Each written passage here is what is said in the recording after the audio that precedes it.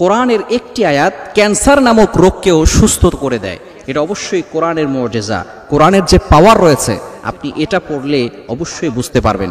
অনেক অসুস্থ ব্যক্তিদেরকে আমরা দেখেছি যারা চিকিৎসাধীন অবস্থায় আছে এবং ডক্টররা নিষেধ করে দিয়েছে, তারাও এই আমলটি করে উপকৃত হয়েছে, কেননা কোরআনের পাওয়ার রয়েছে, কোরআনের ভিতরে মুজিজা রয়েছে।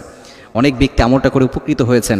সুতরাং অনেক ধরনের রোগ আছে যখন দেয়ালে পিঠ ঠেকে যায়, যখন ডক্টররা নিষেধ করে দেয় যে আপনি আর বেশি দিন বাঁচবেন না, অনেক এরকম হয়েছে।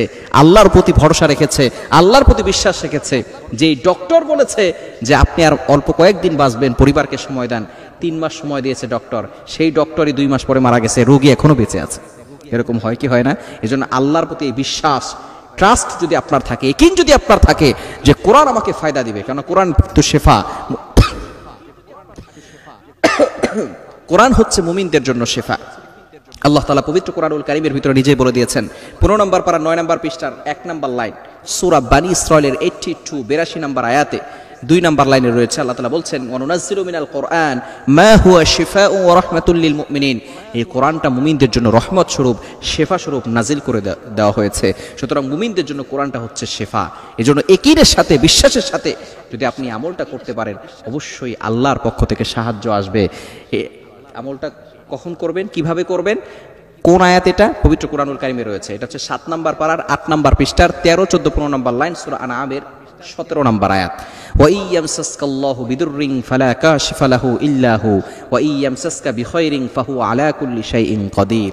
সূরা আনআমের 17 নম্বর আয়াত, পবিত্র কোরআনুল কারীমের 7 নম্বর পারার 8 নম্বর পৃষ্ঠার 13, 14, 15 নম্বর লাইন, সূরা আনআমের 17 নম্বর আয়াতটি আপনি বিশেষ করে ফজরের নামাজের পরে পড়বেন। এছাড়া আপনার যখন মনে চাইবে তখন আপনি পড়ে পানিতে ফু দিবেন। বিশেষ করে 11 বার পরে পানিতে পড়ে ওই পানিটা আপনি খাওয়ার চেষ্টা করবেন। শুরুতে দুরূদ শরীফ পড়বেন, শেষে দুরূদ শরীফ পড়বেন 3 বার করে, এরপরে আয়াতটি 11 বার পরে পানিতে ফু দিবেন। এছাড়াও আপনি সূরা ফাতিহার আমলও করতে পারেন। সূরা ফাতিহাকে বলা হয় শিফা মিন কুল্লি দা, সকল রোগের ওষুধ হচ্ছে সূরা ফাতিহা। এজন্য সূরা ফাতিহা আপনি পড়তে পারেন।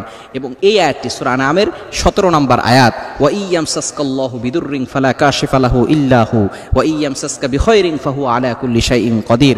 এই আয়াতটা পড়া যাবে না ইনশাআল্লাহ? অনেকে আলহামদুলিল্লাহ পালি। কেননা আল্লাহ পাক রব্বুল আলামিন যখন কারোর জন্য দরজা খুলে দেন, তাহলে দুনিয়ার কেউ তাকে ক্ষতি করতে পারে না।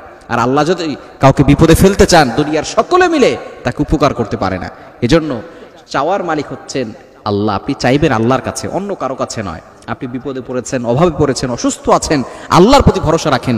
আইয়ুব আলাইহিস সালাম 18 বছর ধরে অসুস্থ ছিলেন, তিনি কখনো অভিযোগ করেন নাই, তিনি আল্লাহর কাছে কখনো অভিযোগ করে বসেন নাই, তিনি সবসময় আল্লাহর কাছে দোয়া করেছেন। এজন্য ক্যান্সার হোক অথবা অন্য কোনো রোগ হোক না কেন, এই রোগ থেকে আল্লাহ তাআলা আপনাকে হেফাজত করতে পারেন। সূরা আনআমের এই 17 নম্বর আয়াতের আমলটা বেশি বেশি করবেন। আল্লাহ তাআলা আমাদের সকলকে বোঝার তৌফিক দান করেন।